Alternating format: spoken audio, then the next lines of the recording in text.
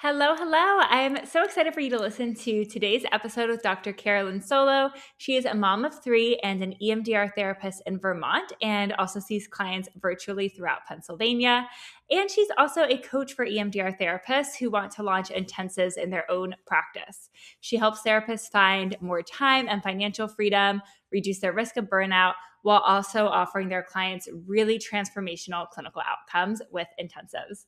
I had the pleasure of being Carolyn's one-on-one business coach for about 2 years as she sort of made this transition of building up her second business and scaling beyond clinical therapy. So we worked together as she built her audience from the ground up and really built out the second business, the Future Template Parent, that helps therapists launch EMDR intensives in their practice. And one thing that I really want to sort of highlight with this episode is all of the success that she's had with a very small, very micro niched audience. So at the time of recording, she has about 1,500 followers on Instagram, 600 email subscribers, and about 200 weekly podcast listeners. And with that small audience, right, she's had a ton of success. So she's had, many one-on-one clients who she's helped get EMDR certified, who she's helped with their marketing, with their clinical work. She's ran 4 cohorts of her group, the 12-week EMDR intensive that really helps therapists launch intensives in their practice and has made over $50,000 with just that one group offer, serving over 20 therapists. And she's had a ton of success with this small audience, right? So she's had many one-on-one clients who she's helped with things like their marketing, their clinical work, their EMDR certification, and their hours. She's ran 4 different cohorts of her group and has served over 20 therapists and made over $50,000 from that one offer, where she works with therapists for 12 weeks and really helps them set up intensives in their practice from both a marketing and a clinical standpoint. She's grown her podcast and actually has like a paid sponsor now, which is amazing. And I think the way that she's really been able to have so much of the success has been by really focusing on niching down and having a micro niche of EMDR therapists who are interested in doing intensives. And she's over delivered in everything that she does, from her free resources like her podcast and her freebies to her paid offerings. She's really focused on helping therapists get the absolute best results. And in my opinion, that is the absolute best marketing that you can do in your business. Stay tuned as we dive in to learn a little bit more about Carolyn's story, what inspired her to sort of start intensives in her practice, how she's helped other therapists to launch them as well, and lessons learned from really scaling with a small audience on Instagram. Hi, welcome to the podcast. I'm so excited to have you on. Oh, hi. Thank you so much for having me. I'm excited to be here too. Yes. So for folks who don't know you, tell us a little bit about yourself. You are like the queen of EMDR and EMDR intensives in particular. And so I'm sure that folks would love to hear a little bit about your background and how you kind of came to start doing intensives in your practice. Yeah, sure. So I got EMDR trained in, half 2019, half 2020. And it's interesting because half of my training was live in person and the second half was virtual because of COVID. Yeah. And then I became a therapist in 2014. And then it was sort of life circumstances that led me to consider intensives because I am a mom of 3 girls, and my oldest now is 9. I have a 7-year-old and a 4-year-old. And my oldest had always had some like sensory challenges and, a little developmentally behind, but things really became serious when she started kindergarten. And that was the fall of 2022. And at that point I had a full private practice, EMDR clients. And I was getting all these calls from school. You have to come pick her up. This is happening. That's happening. She got a formal autism diagnosis that fall. And I was just really overwhelmed. I was having to cancel clients a lot. I was really drained. I actually ended up taking a leave from work, like a month-long leave, because I was kind of on the verge of breaking down. And I sort of needed some time to be like, how am I going to make this work? Yeah. And during the time when I was doing my EMDR certification, which is sort of the first level beyond basic training, I had come in contact with some consultants who talked about intensives and how they were doing these 2 and 3 day EMDR sessions with people and then never seeing them again, kind of sending them back to their regular therapist. And I thought, well, that's really interesting. because then I could reduce my weekly caseload and maybe just see one person or two people in a week. And if something happened with my daughter or somebody else got sick, if I had to reschedule it, I was rescheduling one person instead of 6. Yeah. And also the mental load of carrying 20 plus clients felt really heavy when I had so much going on in my personal life. And so the idea of an intensive was really appealing too, because it's like, okay, I'm focusing on this one person, and I'm also often not continuing to see them after the intensive, not in every case, but in a lot of cases. Yeah. So I wasn't the on-call crisis therapist for clients. And I work with a lot of pretty acute presentations, so that was really heavy. And I just had this kind of eureka moment during that month that I was off, saying I should just do intensive. Like, I need to just go all in on this. Yeah. I took a couple. Oh, go ahead. I'm sorry. Had you done an intensive before at this point, or? Not really. I had heard about them. I'd done a couple longer sessions, like a 2-hour session. Yeah. And I really liked those. It felt really good because there's less stopping and starting. You can really do the EMDR processing for an extended amount of time. I saw really good results, but I hadn't done a multi-day or even a day-long one. I took a couple online courses on intensives and just sort of thought, well, let me just see how this goes. Yeah. And so I came back after that break, and I was to current clients that I felt were a good fit. I started pitching intensives, even though we'd already been working together for a while. And then I started pitching them to new clients as well. Was the first intensive you did with like a current client at the time? Actually, no. The first one I did was with a new client. Okay. The first one I did was with a new client. And he'd never heard of intensives before. Why would he? But he heard of EMDR and got referred to me by a colleague. But it turned out it was a really good fit in terms of what he was coming in with. Yep. And I just sort of cobbled together. I said, how about 3 hours over a day for 3 days? Yep. And I didn't know that was just what I decided on. And it went really well.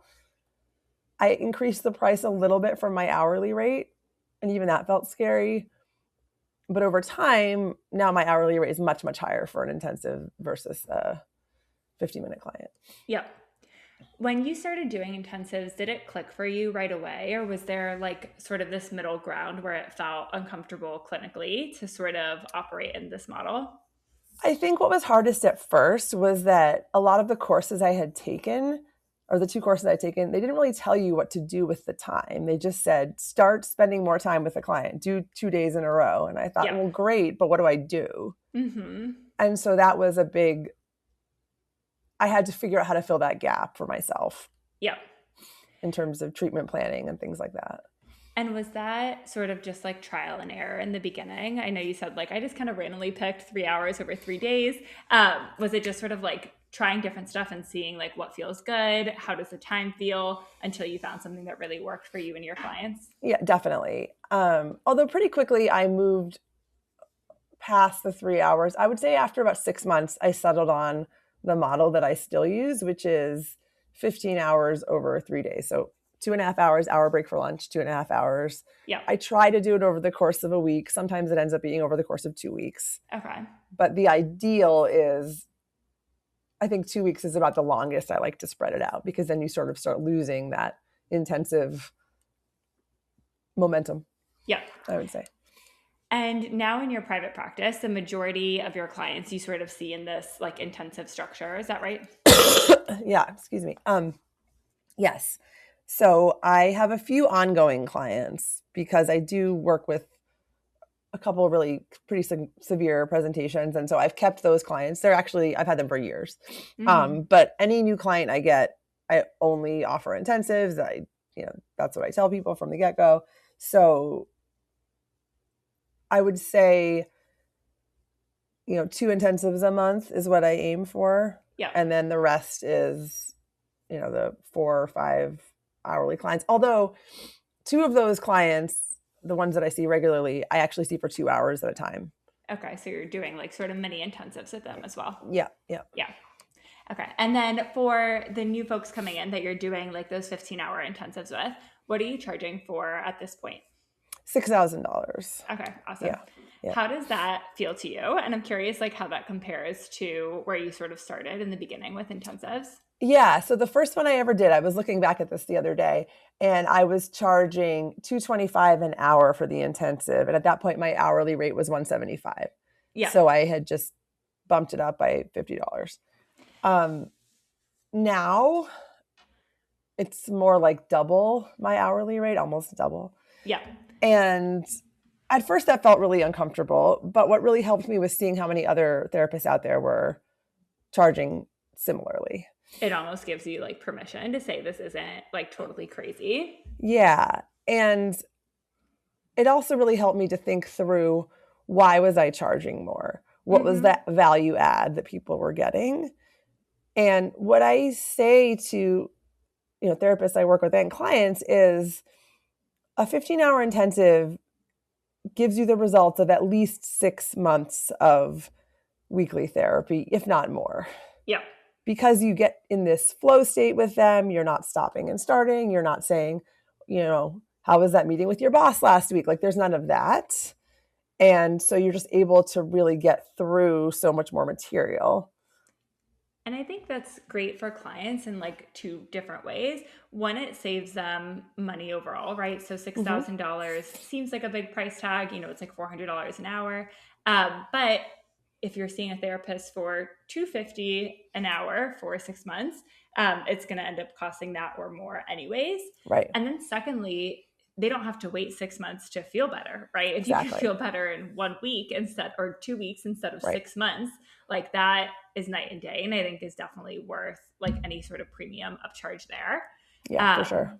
And I think that like so many therapists sort of miss that point, and they kind of feel like, oh, if I'm having people commit to like a longer amount of sessions, like I should almost discount it, because I think that that's what we are taught at a lot of other places in the marketplace, right? It's like, buy 2, get 1 free or something like that with sales. Right. And it's the opposite that we want to do it with intensives. Exactly. We really want to charge for that final outcome versus the number of hours.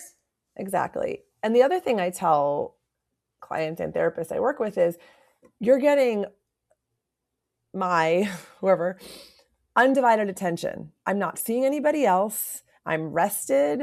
I am completely focused on you. I'm not switching back and forth in my mind between you and the next person. Yeah. And that's worth a lot. It really is. So there's a lot of reasons I think that it makes sense, but it takes time to feel comfortable saying that out loud. Yeah. I'm going to edit this part out, but when did you start the second business? 2023. Okay. I'm going to... Like about a year after I started doing intensives. Yeah. Cool. So I'm curious, I know around like 2023, you actually started a second business to coach other therapists. But before we get into that, tell me sort of like right before that time, how things felt in your practice in terms of the one-on-one therapy work you were doing, the intensive work that you were doing. How did you feel like capacity-wise, schedule-wise, fulfillment-wise, sort of at that point? Yeah, it was feeling really good. I had gotten to a place where I had whittled down my ongoing caseload significantly, which was feeling good. Yeah. And the intensives, in terms of outcomes, were feeling great. That was really motivating. And seeing the combination of increased time freedom that I was getting, and obviously I was making more money than even though my total clinical hours were significantly less. Yeah. So that felt great. And by that point, I had settled into this 3-day model, which felt really like the right amount of time for me and for clients. Yeah. So I felt pretty solid in, okay, this feels like it's not only working for me, but getting the kind of outcomes I want for my clients. Yeah. So it felt really good. And what sort of motivated you at that point to say, like, okay, my practice feels good, my work-life balance feels good, my income feels good. I want to add something else and sort of start thinking about another offer to help therapists learn how to do intensives too? Well, I think one thing that motivated me is I'm like a chronic overworker and overachiever, but there's that. But also that I think something that I noticed what felt to me like a hole in the intensive training programs that I had done. I did 3. I did 2 online ones and 1 in-person retreat. Yeah. And none of them were talking about what to do during the time.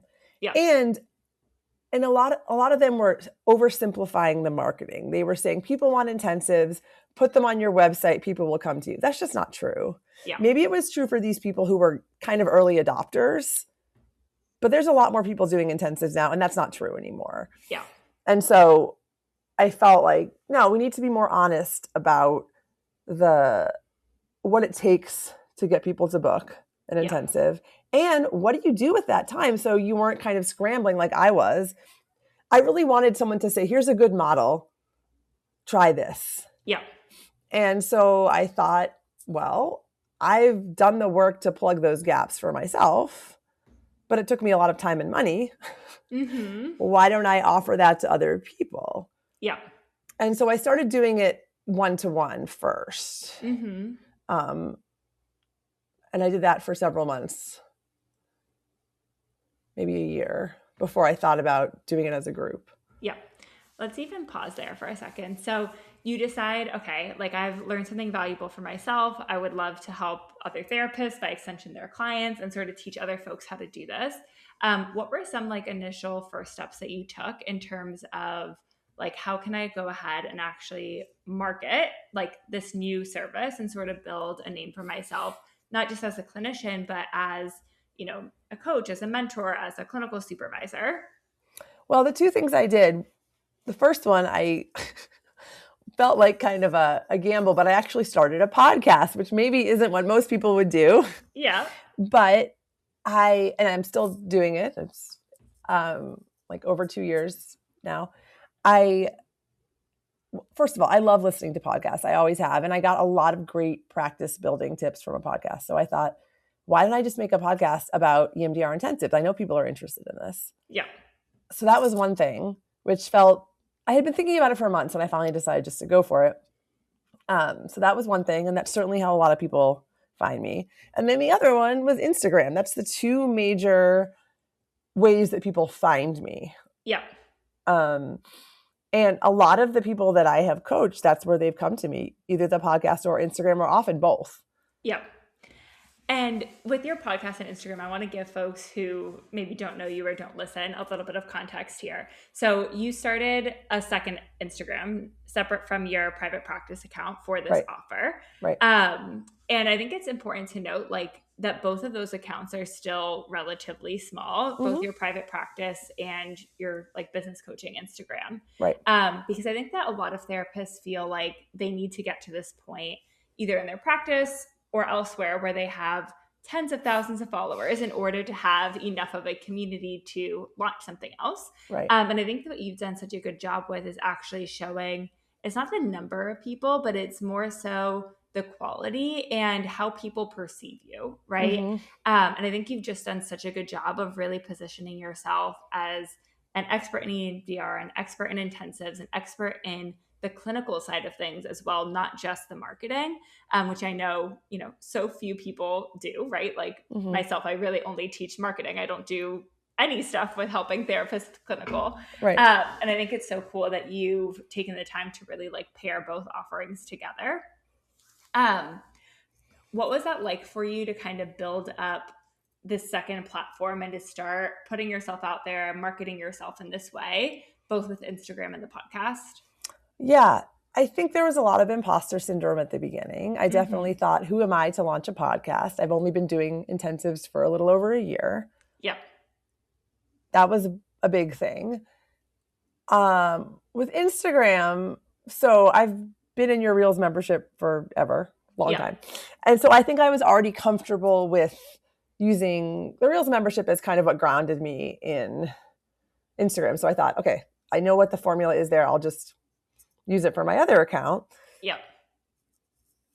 And I think what I kept reminding myself of was that my specific content is so niche, and that's really, really important. Yeah. Not only am I talking to other EMDR therapists, which is already niche, I'm talking to EMDR therapists who want to launch intensives, which is even more niche. And so I think I kind of knew that my audience would be smaller. Yeah. And that was okay. It was about really developing trust. And I think the podcast is a huge part of that, because people hear me talking, but between, I don't know, 15 minutes and 45 minutes every week. Yeah. And they know me. They feel like they know me. I've gotten on consult calls with people. They say, I feel like I know you already. Yeah. And that's so huge. And I have a small but engaged following on Instagram. And I've gotten to know, like literally really know a lot of those therapists well. And a lot of the ones I've gotten to know well are the ones who end up in my program. Totally. So I think it's been about really cultivating those relationships and being very consistent. Yeah.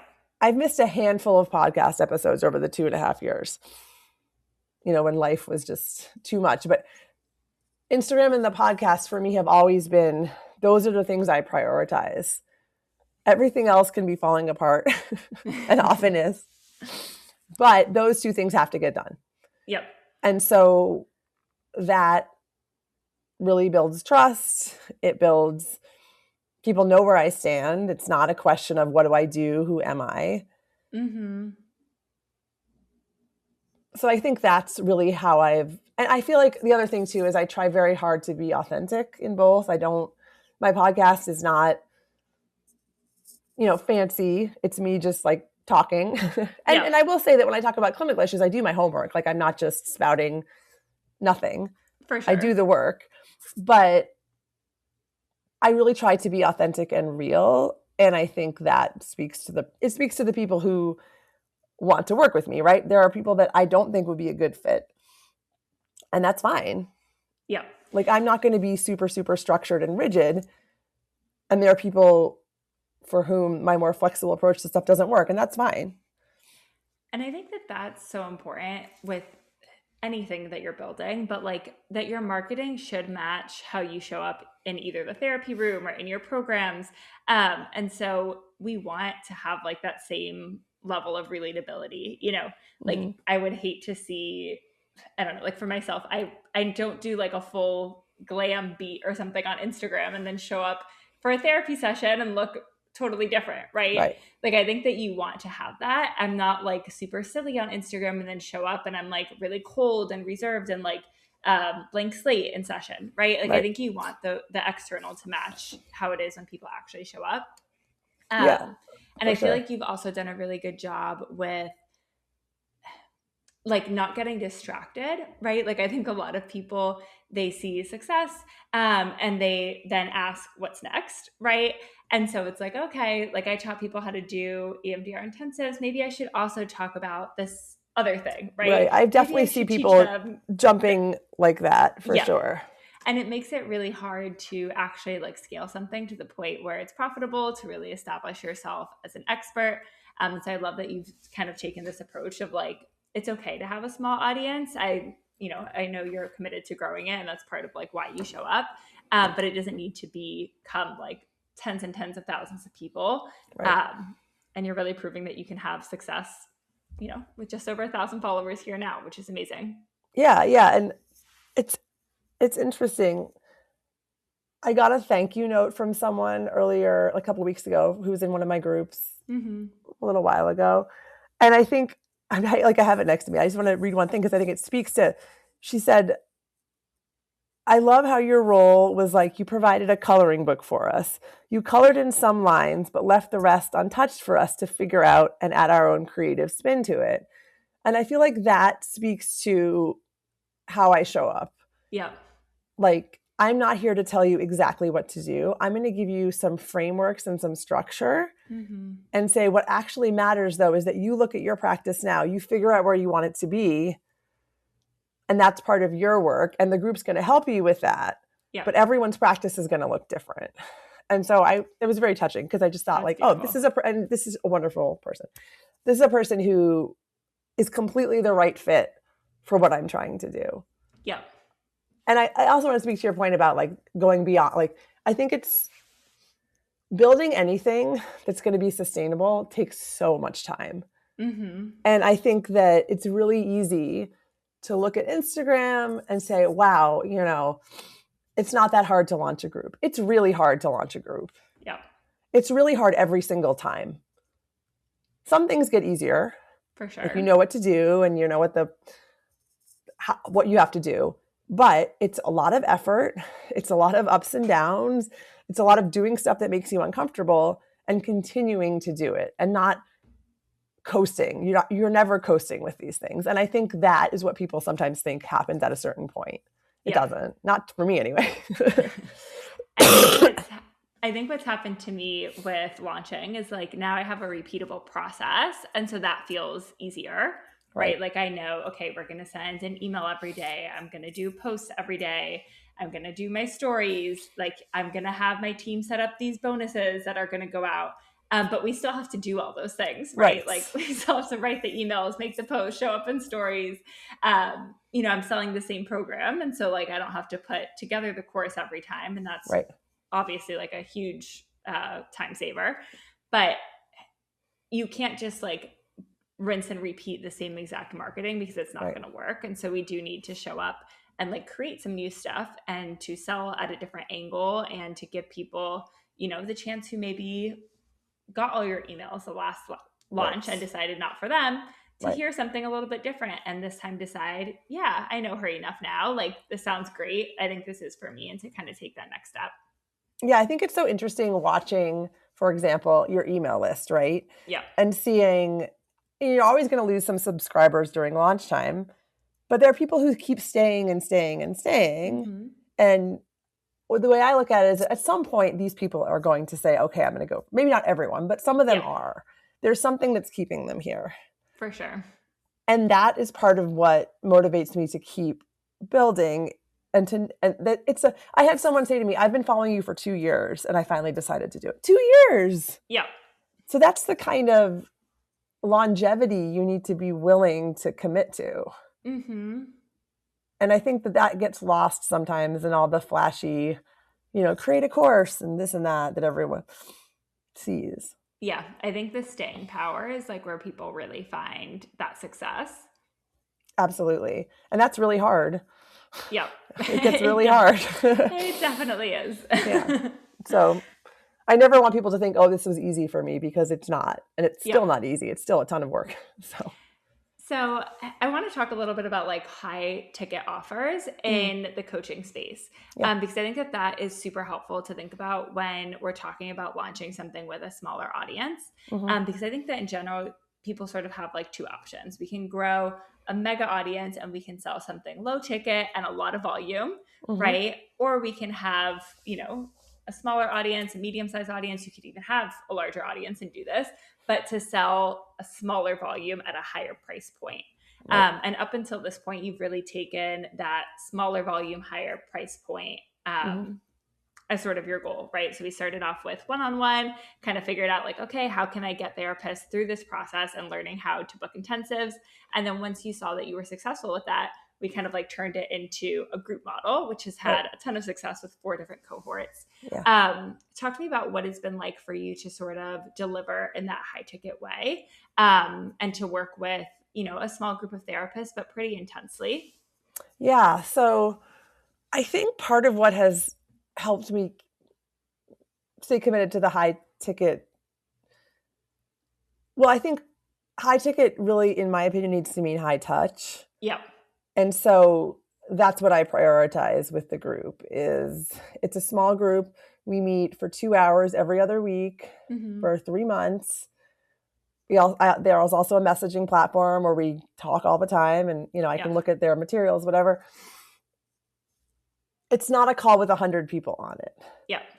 And not only is it high touch for me, they become really close. The therapists develop really strong bonds and are motivated by each other, see the wins that other people are having.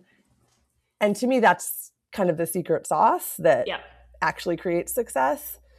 And that needs to have a high price point on it, I think. I mean, there's so much energy that goes in to that from Yeah. me. But also, I think the therapists I'm working with invest themselves. They give it the work that it needs because they're paying, partly because Yeah. it's expensive. They want to get the return on their investment. And so I say, this is something where you're going to need to work every week at this, but that's what you're paying for, is the outcomes. Yeah. But the outcomes don't come without the work. So I think that's I think how I think about it from why it costs a lot. And like, Yeah. it's very high touch. Like, I'm reading their web copy, I'm looking at emails they're writing. Like, I provide a lot in terms of support. And that's my time too, and my energy. So I want to charge what feels good to me. And I think because I have a small audience that I build a lot of trust with, people believe they're going to get value because they get a lot from me that's free. Totally. My podcast is a big free resource. I've had therapists message me and say, I started intensives based on your podcast. That's great. I'm thrilled that there are people who have not paid me a dime who are having success. Yeah. But for a lot of people, they need more than that, And I think what's really nice too about having like a smaller group of people that you're working with is you've gotten really incredible client results, and you can actually like keep track of them because there's not, hundreds of people. So I know like, your cohorts have like 4 to 8 people, but specifically, okay, this person's booked an intensive already. This person hasn't made, back her money yet. This person, 2 weeks after we finished the program, booked her first intensive. Right. And I think to be able to speak to that and to say, X percent of people book an intensive in X amount of time is like a huge strength. And you're able to adapt and figure out like, what do people actually really need to get this result, because you know them so well and you're in their business with them. Exactly. And that's why I call the group the EMDR intensive 12-week intensive, because I say it's like an intensive for your business. And I know them all really well, know where they started, know where they're trying to get. And I am in it with them. Like I want them to be successful for themselves, but it also benefits me if they do well, right? So I'm very invested in their success. So what do you think, like if you had to give advice to therapists who are thinking about launching another offer with a small audience, outside of like one-on-one therapy, what would your advice to them be? I think you need to have extremely consistent messaging, and however you decide to get in front of your audience, you need to show up consistently, and your message needs to be really clear. Yeah. Like have 3 or 4 points that you're driving home all the time. Yeah. However it is that you're reaching people. And, interact with your audience as much as you can. Mm-hmm. Like respond to DMs they send you. People, it's surprising to me how many people don't do that. Yeah. For a variety of reasons. But it takes maybe an extra hour of your week to be really engaged with the people who are engaging with you. Yeah. And so I think that's really the key. And like having a very clear message. People know exactly what you stand for, exactly what you think is important, and that you're always going to be there. If you show up consistently, people know that they can rely on you not to fizzle out. Yeah. And know that it's going to take time. Make sure you have an engaged audience, even if it's small, before you decide to launch something, because those are the people who are going to come to you first. And I think that warmth of an audience is a really good sign that you are ready to launch another offer, right? So like we kind of need some audience growth time before we start selling something, whether it's, to get to a few hundred followers or what, but we need people to sell to. Yeah. And so I think getting to that point where you're like, okay, people are starting to ask me questions about EMDR intensives. They're starting to ask me how I did it. I shared a freebie and I got some downloads, or I noticed there's more people who are starting to listen to my podcast. Like all of that is great indicators that there's people in your audience who trust you, who know you, and might be ready to buy soon. Yeah. And so I think that is huge. Like making sure that we're taking the time to warm people up and get to know them, is really like your biggest strength as a small creator. Absolutely. And honestly, even if you're selling, I would imagine, although I haven't done this much, if you're selling something at a lower price point, people still really want to believe that they're getting value for their money before they Yeah. buy it. $100 is still $100. Oh, for sure. And I think freebies are another important element for what I've done is that's how I get people on my email list.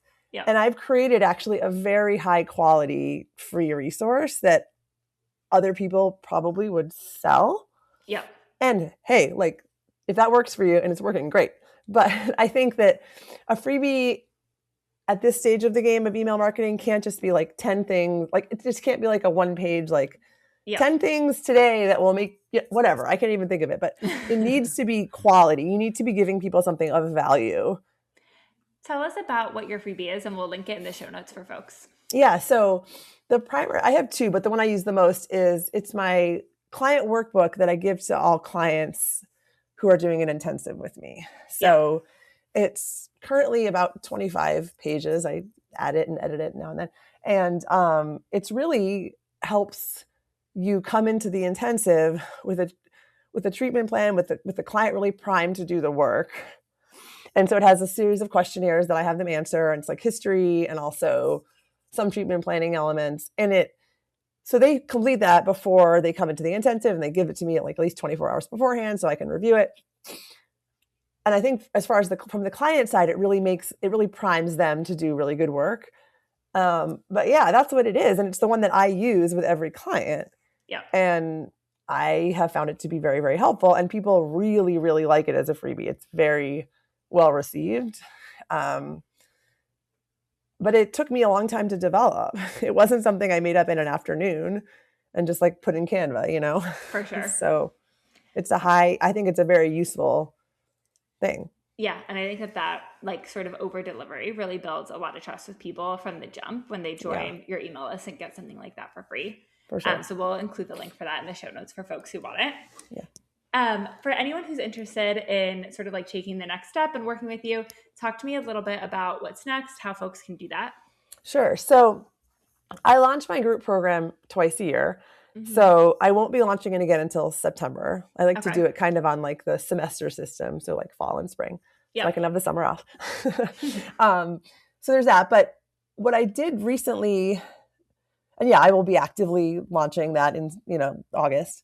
But what I did recently add was, so part of what is included in the group program is a 12-hour, 6-module video course that basically teaches everything I know about intensives, both the marketing and the clinical, that I have the group members go through module by module in the course. But I decided, hey, this is a pretty robust course at this point. And this I only did recently after I knew that I had enough people who are going to be interested in it, right? Yeah. That's the other key. Like 2 years after I started the group program. I'm now offering the video course as like a standalone on-demand product. So people can purchase that. And then there's options in that to, if people want to do some like one-to-one afterwards, like consultation, like after they've done the course, that's part of it too, but not required.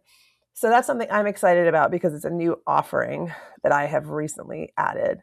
If you're someone who's like, I want to do this now and I want to do it on my own time, like that's fine. Those people are out there.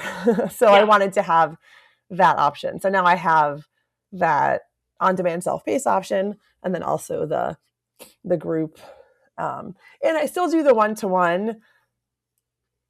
I don't really launch that. Like if someone reaches out to me and says, hey, do you do this as a one-to-one? Like I do that as well, but that's more of like a ad hoc thing, but people can certainly reach out to me if they're interested in that as well. And that can happen anytime.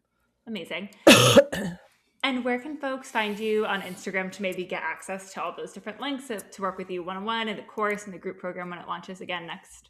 So my Instagram is the same as my podcast. It's called Future Template Parent. And people who know EMDR will know what Future Template is. And I include the parent part because I don't work exclusively with parents, but I will say that most of the people I work with are moms. Yeah. Because I think of this idea of like, how do you create the future version of your life as a therapist and a parent? Because that's been such an instrumental part of my journey. And that's something else I'll say too, is that I think some people would hear that name and think that it excludes people. Yeah. It doesn't. For if sure. someone is interested in the topic, they're going to listen to the podcast anyway. But that's sort of me saying, like, this is who I am in relation to all of this. Yeah. You know, so Future Template Parent is all the places you can find me. Amazing. Thank you so much. It was great to have you on the show today. Thank you so much.